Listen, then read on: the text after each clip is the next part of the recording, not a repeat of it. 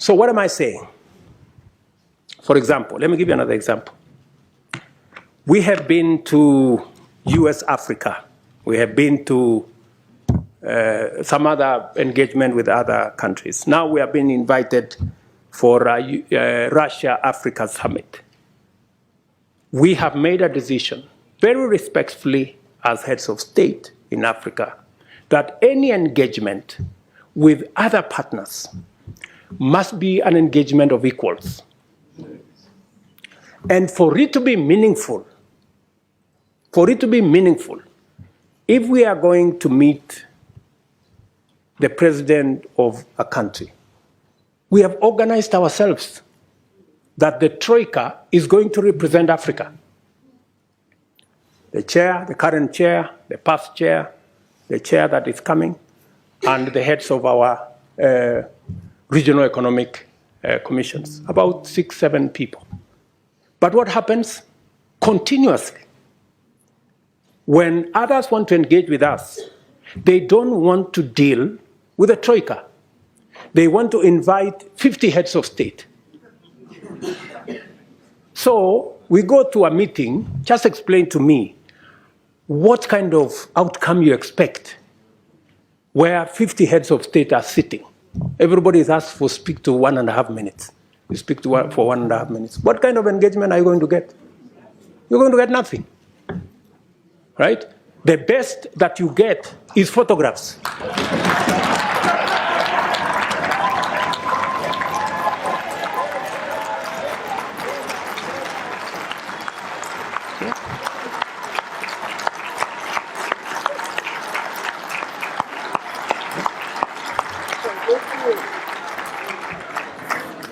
That's it.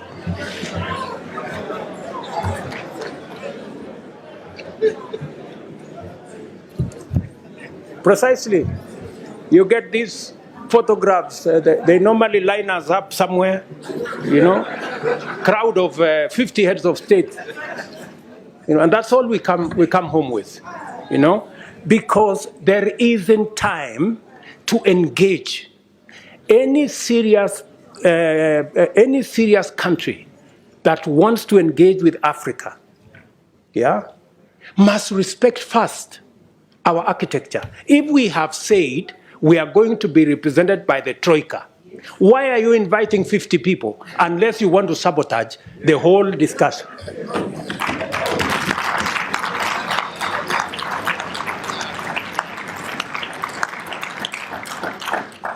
And if you can't respect our own rules, it is a sign of lack of goodwill. I mean, you must, so that when we engage, if we have a smaller group of 5 people, then you can have a meaningful conversation. And we can have a meeting of equals. But here you are, you represent 200-300 million people. You have a guy here who represents 10 people. You have another guy who represents 10 million people. Then that conversation becomes, and some of the time, the most unfortunate thing is that some of the people who invite us to these meetings tell us, if you don't come, there will be consequences. So all of us are forced to go to a meeting that has no meaningful outcome because of blackmail. This is not right, good people. This is not okay. So I have written to my brother who was here the other day that this time round, any other invitation, it must respect the rules of our continent. We have said any meaningful engagement, anybody who wants us to take them seriously, they must first respect our architecture. If they want a fruitful engagement, they should engage our continent in a manner that we can effectively represent our people and we can effectively discharge our mandate and articulate our issues, not in a crowd. We want to be effective. We want to engage. you know. So if you are one head of state and you want to engage all these people, surely, are you sincere, you know, in engaging in a crowd? Because some of these good people, they want to avoid any commitments, you know. They want to avoid any meaningful engagement. They just want a baraza and okay, pictures, and then we go. Dinner, and then, I mean, good people, we have food in our countries, at least. We can eat at home.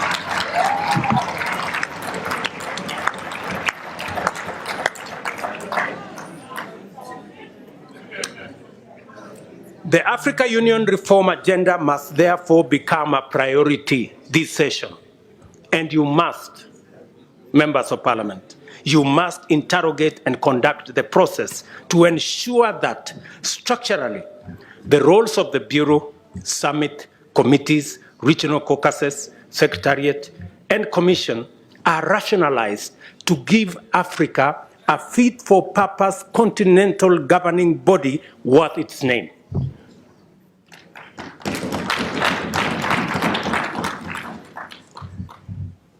To do so, this Honorable Assembly must urgently review the funding arrangements to ensure that Africa Union budgets are financed primarily by members and secondarily by external partners. In turn, this will require a mechanism where Africa Union member states are up to date with their contributions with regard to all our commitments.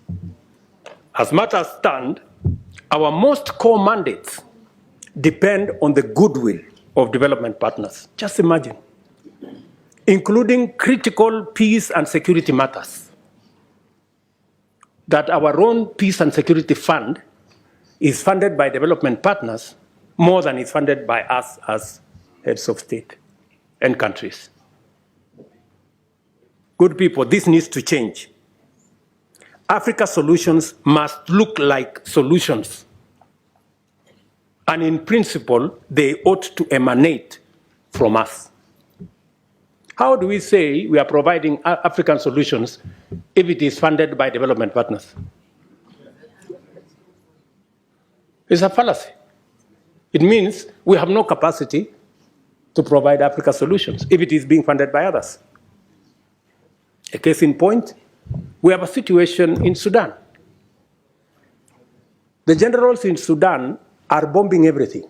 They are bombing roads, they are bombing bridges, they are bombing hospitals, they are destroying airports, using military hardware bought by African money. Just imagine. We need to tell those generals to stop the nonsense. Yeah.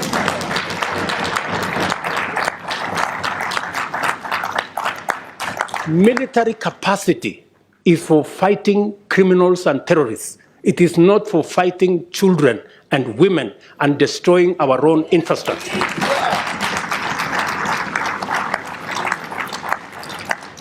But as it is, we have no capacity to stop this nonsense in our own continent because our own peace and security fund is funded by others. We have a problem. But I'm telling you, we are going to correct this problem. It is us to do it.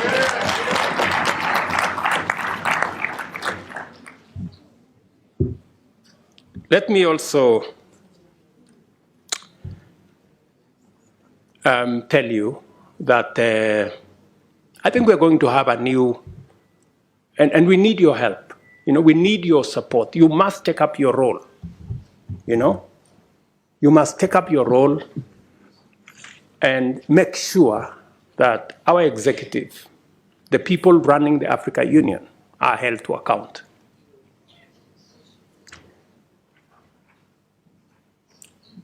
With this vision in mind, I sought and was privileged to receive the approval of the African Heads of State and Government Summit to have the honor of hosting the Africa Climate Summit in Nairobi this year in September. This will be a major gathering of African and global leaders to deliberate and consolidate a clear African position and clear African voice as we project our agenda in the global stock take engagements and the build-up to COP28. The summit also provides an opportunity to highlight and forge consensus on the modalities of unlocking Africa's vast potential to positively impact the climate agenda and rally the world to tap into the numerous opportunities that Africa presents towards global net zero. This will not be another morning summit where we are mourning about our situation. We are going to boldly tell the world we will contribute positively to a solution, and we have what it takes. I invite you all to Nairobi to join us at that summit and to take part in that broader journey and vision for Africa to hold meaningful discussions with global partners. I have told you, Africa heads of state and governments have resolved that partnership summits by external parties shall be reviewed with a view to providing an effective framework for African Union partnerships. And we are going to work together in that manner. Another proposition I want to make to you is the United Nations. This is an important forum for transacting global affairs in diplomacy, peace, security, and trade, among others. But Africa, a continent of 1.2 billion people and a GDP of close to $2 trillion, finds itself disadvantaged by the current configuration of the UN Security Council, a configuration that was established 80 years ago, before the Second World War. But the world has since changed tremendously, we all know. Countries that had not become self-determining have since attained independence and are making a huge contribution to their people, continents, and the world. It is therefore time to reform the UN Security Council and change it from an exclusive club of 5 permanent members to a more representative global council that works for the interests of the whole world.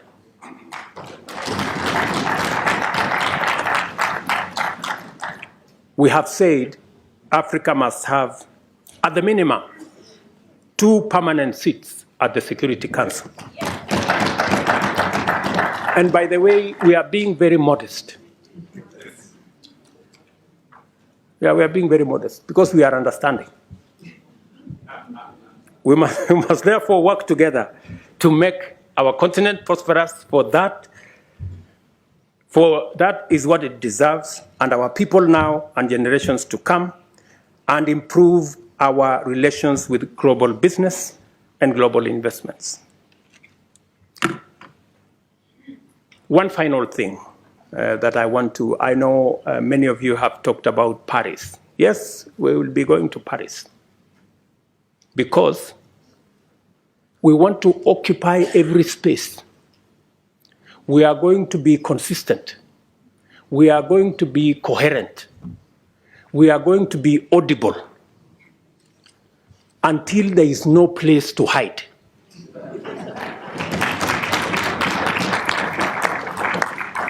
Yeah? Until the conferences are stopped. Otherwise, we will make them noisy, we will make them messy, and there will be consequences. If we are not heard, we are refusing to stay on the margins anymore. Yeah? We want to be at the table. Because we are told the risk of not being at the table is that you could be in the menu.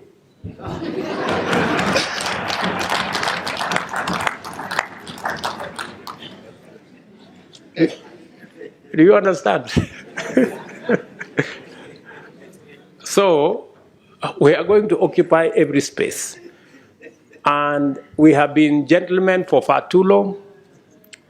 We are now going to appropriate our place because we have a contribution to make. Ladies and gentlemen, Thank you very much for listening to me. I don't take it for granted. And God bless you.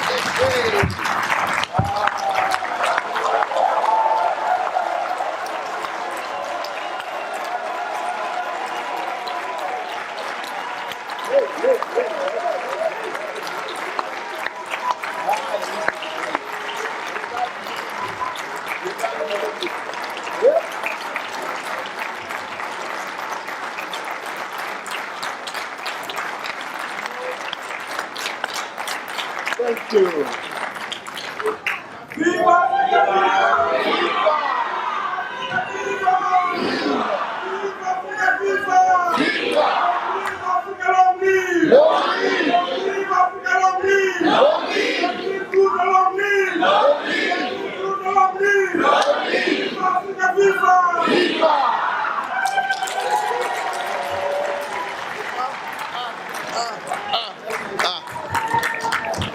What do we want? Climate justice. What do we want? Climate justice. What do we want? Climate justice. What do we want? Climate justice. When do we want it? Now. When do we want it? Now. When do we want it? Now. Thank you.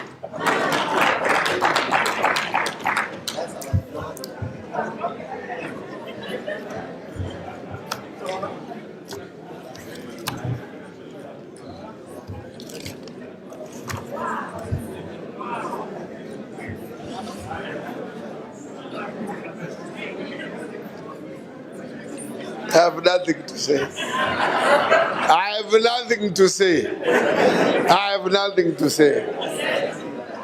Hey! Hey, hey, hey, hey, hey, hey, hey, hey, hey, hey, hey, hey, hey, hey, hey, hey, hey, hey.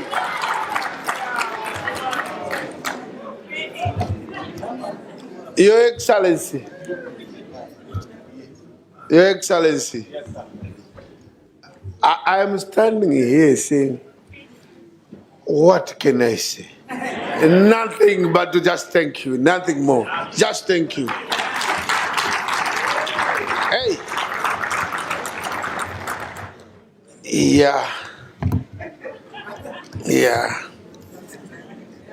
At one point, I could see 80% seated and wondering, looking at you like this.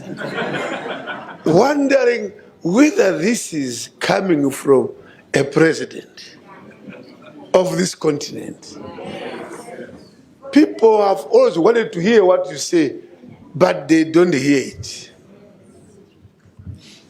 You know, you spoke as if you were this side, not this side. Look, look, look, look. You have propelled Africa to another higher level. I tell you. We now have gained the confidence in our leadership on this continent. We really have confidence. We now have hope. And those that are aspiring, because this parliament has produced, as we said yesterday, a number of heads of state from this parliament. The current president of Seychelles was here 2 years ago. The current president of Namibia was a member of this parliament. Former President Mahama of Ghana was a member of this parliament. Former President of Mali, Keita, was a member of this parliament. Who else? So, now today, Niger president, Niger, Bazoum, Honorable Bazoum, he used to sit over there, that side. Bazoum, former member of this parliament. But I want to say, if there are others among you who are also aspiring, I think twice. It is no longer the presidents of yesterday. Things have changed. Look, we now want this caliber.